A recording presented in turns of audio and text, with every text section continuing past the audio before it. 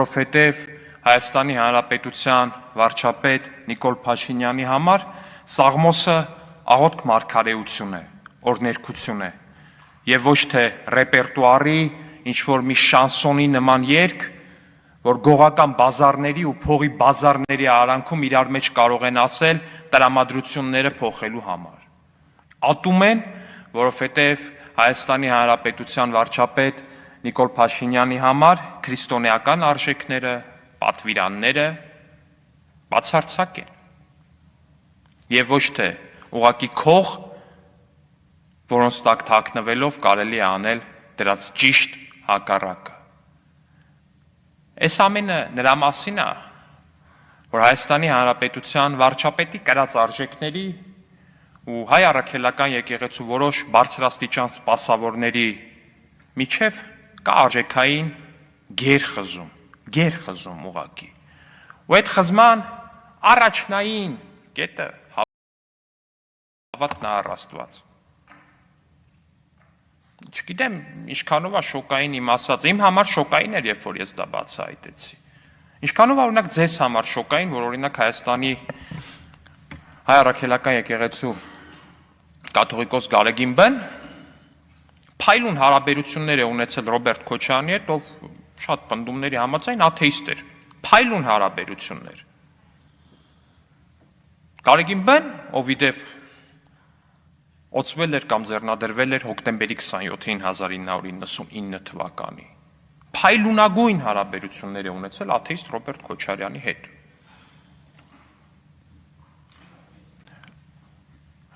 Իդեպ աթեիստը չեմ օգտագործում որպես բացասական պիտակ, սա էլ շեշտ է, մարդ է, կարող է հավատալ, կարող է չհավատալ, իր գործն է, բայց երբ որ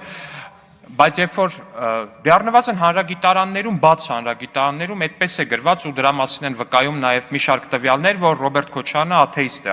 առնվազն կարծեմ դրվագներ կա, որ հրաժարվում է խաչը համբուրելուց եւ մնացած իր սահմանադրական իրավունքն է, կրոնի իրավունք։ Ամեն դեպքում սրա մասին չի խոսքը։ Խոսքը նրա մասին է, որ երբ որ կհիշեք, անհնար է Հայաստանում մարդ չկա, ով չի հիշում, որ երբ մարտի 1 էր տեղի ունենում, ու մարդիկ էին գնդակահարվում Երևանի փողոցներում, իրական քրիստոնյան, իրական քրիստոնեական հոտի առաջնորդը չէր կարող ուղղակի ծպտուն չհանել, հասկանում եք, չէր կարող։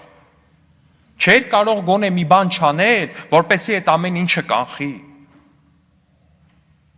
Հիշում եք ինչ-որ մի ուղերձ, ինչ-որ մի դատապարտում։ 2 թե 3 օր առաջ էր, քանի օր առաջ էր, չեմ հիշում, ինչ-որ մի դրվագ էր եղել ցուցարարների հետ կապված, մի քիչ կոպիտ էին քաշել կամ նույնիսկ կոպիտ էլ չէին քաշել, մի քիչ քաշքշել էին։ Դատապարտում ենք բռնությունները։ Եթե մարտի 1-ը դատապարտեիք, պարոն Գարեգին Բ, ինչ չէիք դատապարտում։ Գիտեք ինչի չէին դատապարտում։ Որովհետև նույն Ռոբերտ Քոչարյանի համար թե եկեղեցին, թե Սաղմոսը, թե քրիստոնեական արժեքներն ու պատվիրանները նույնն են, ինչ եկեղեցական որոշ բարձրաստիճան սպասավորների համար։ Նրանք նույն ալիքի վրա են, նույն սանրի կտավն են, չգիտեմ, էլ ինչ նմանատիպ ասույթներ կա, բոլորը տվյալ դեպքում կիրառելի է։ Ու հենց սրանով է պայմանավորված, որ երեք տեղի ունեցավ այն ինչը պիտի տեղի չունենար,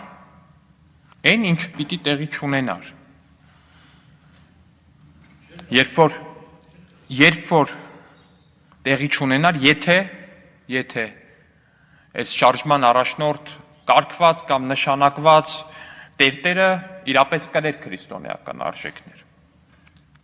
Սրա մասին է խոսքը։ Իրապես քրիստոնեական արժեքներ կրողը ոստիկանների նկատմամբ պետքան մաղձ չէր թափի։ Նրա գլխավորած շարժումը չէր տարածի ոստիկանների ընտանիքների անչափահաս երեխաներով լուսանկարները, չէր հորդորի զանգել, հայհոյել նրանց, երեխաներին տերորի ենթարկել ու կամ նմանատիպ բաներ անել։ Չէր անի ուղղակի։ Որտեղ դա ընդհանրապես ոչ մի կապ չունի քրիստոնեական արժեքների հետ։ Քրիստոնեական արժեքների մասին էր 2018-ի հեղափոխությունը նաև։ Երբ որ խոսվում էր սիրո մասին, խոսվում էր ոստիկանների նկատմամբ սիրո մասին ու համերաշխության մասին, դրա մասին էր, դա էր։ Բայց այստեղ մենք գործ ունեինք մարդկանց հետ, ովքեր թքած ունեն ինչպես իրենց քրիստոնյա հոտի վրա, այնպես էլ նույնիսկ այն մարդկանց վրա, ովքեր թեկուս, ինչ որ գումարի դիմաց, բայց համաձայնվում են գալու իրենց կողքը կանգնել։ Նրանք այդ մարդկանց վերաբերվում են ընդամենը որպես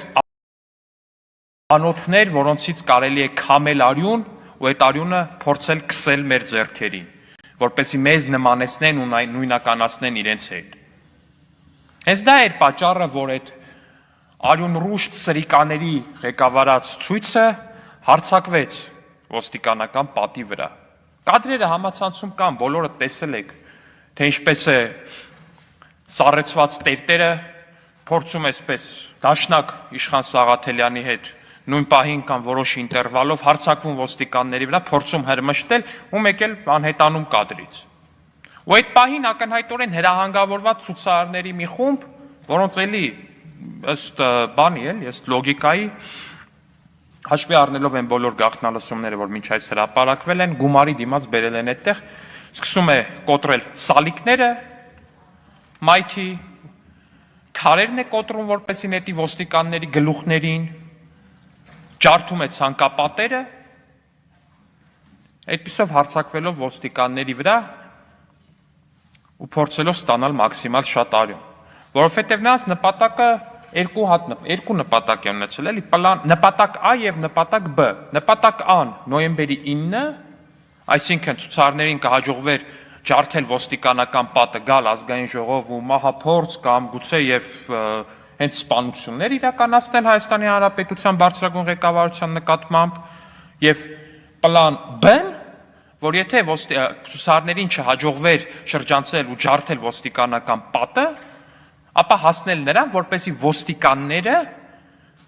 ինքնապաշտպանության դիմելով գնային այնպիսի գործողությունների, որոնց հետևանքով որ կլիներ գոնե մեկ սակրալ զոհ։ Հենց դա էր պատճառը, որ երեք ցուցարարի ձեռքը վնասված, տեսել ենք ինչից, որ ինքը փորձում է վերցնել դժբախտաբար, ես անկեղծորեն ցավում եմ այդ մարդու համար, դժբախտաբար փորձում է վերցնել այդ գետնին ընկած ձայնային ռումբը ու ձեռքի մեջ պայթում, ակնհայտորեն երևում է, որ ձեռքը վրան է շատ վիրավոր է, երեկվանից այստեղ մեր գործընկերները ընդդիմադիր, որ միջև այդ մի չէին փայլել նրանք այստեղ գալով։ Ուղիղ 40 ժամ գոռում էին մարդու ձեռը կտրվել ընկել է, մարդու ձեռը կտրվել ընկել է։ Այդքան մարդու ձեռքը ոչ մի այդ պահին վիրավորվել էր, բայց իր վրա էր, հասկանում եք, կռում են այդ մարդու վրա, իրանք որտեվ երազում էին, որ այդ մարդու ձեռքը կտրվեր։ Ես չգիտեմ, մի հատ ճշտեք, որտեղ են վիրահատել այդ մարդուն, որտեղ այդ